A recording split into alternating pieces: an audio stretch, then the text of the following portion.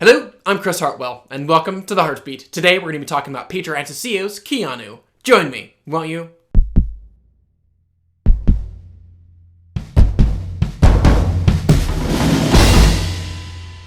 So, in Keanu, we meet Rel, who has just been dumped by his girlfriend, and no amount of pot or consoling from his close friends can make him feel any better.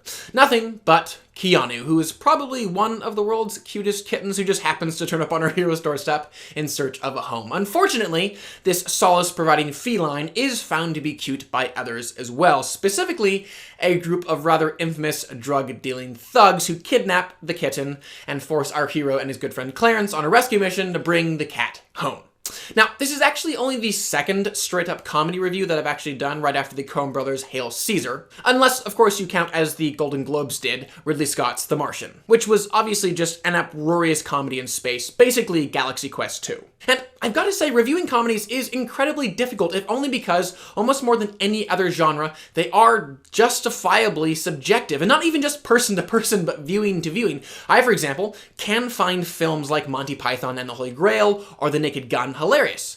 But on other viewings, I will just shake my head at their complete ridiculousness. So going into this review, do know that I personally find Key & Peele's style of humor, as seen on numerous of their Comedy Central sketches, to, on average, be extremely funny. But if you personally don't, which is obviously completely fine, just know, though, that you probably won't find the comedy in Keanu all that funny. Just the sketches in this film do have a very similar brand of humor. Again, though, for me, I find that the pair have an incredible amount of chemistry, so often making me believe that their exchanges aren't scripted at all, but just the genuine, hilarious ramblings between two close friends. And not only are they an excellent writing duo, both of them actually penning the screenplay for Keanu, but they're also an excellent performing duo. And much of that comes from the same thing that every excellent comedy duo has had, from Laurel and Hardy, to Chris Farley and David Spade, to Simon Pegg and Nick Frost, and to Pinky and the Brain, and that's balance, both in appearance as well as personality and energy. But what makes Key & Peele even more impressive is their ability to sort of kind of tag one another out, interchangeably playing either the fool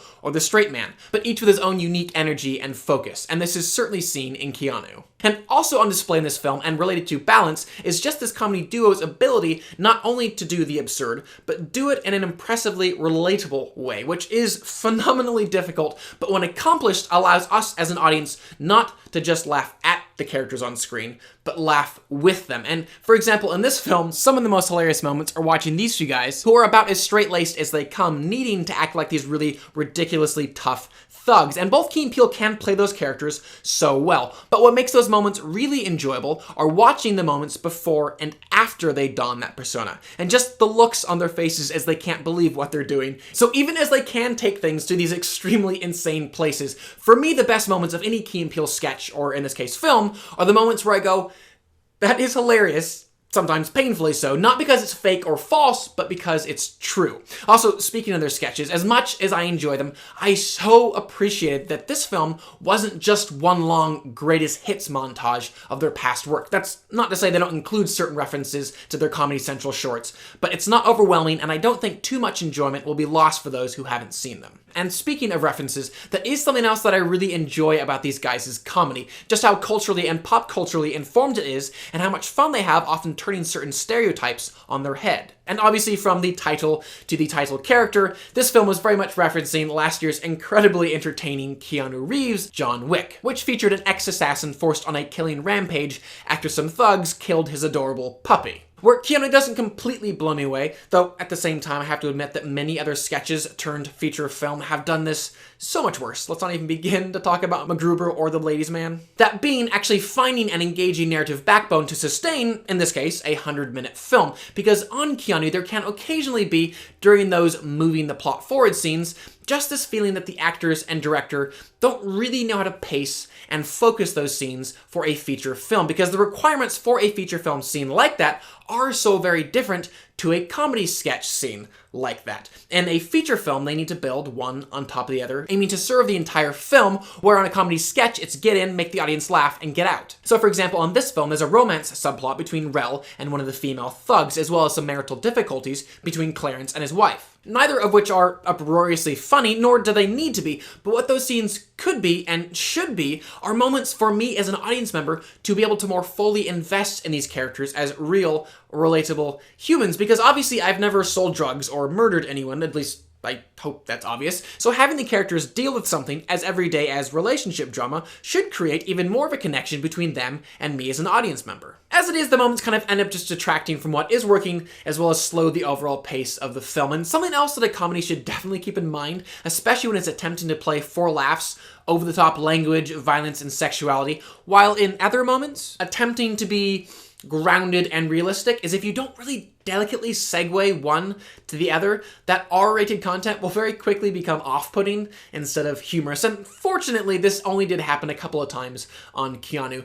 There were, however, other moments that, in my opinion, just fell completely flat on their face, comedy-wise. Moments that almost felt like the first half of a first take, where things start off meh, realize they're failing, and then just sort of fade away without any sort of payoff or completion, which makes me think that while in the editing room, the writers and director realized that certain moments weren't as funny as they would have liked, but being integral to the plot's development, the best they could do was simply hurry through them as quickly as possible. And on top of all of that, in the past, Key & Peele's comedy has been incredibly topical and socially relevant, and though they've never quite achieved Louis C.K. greatness in that department, much of the staying power of their best sketches comes from that deeper exploration of the world around us. Which does make me just slightly bummed that these really phenomenal writers who have so deftly handled rather delicate subjects in the past didn't choose to use the platform of their first feature film to explore anything more profound. But yes, I know I am nitpicking, and for a silly, fun comedy about the cuteness of a kitten,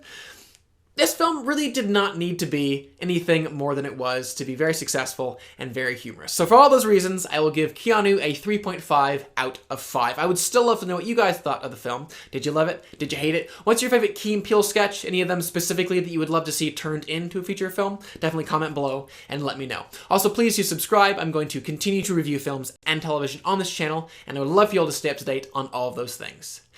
But for now, I'm Chris Hartwell. This is The Heartbeat. Thank you for joining me.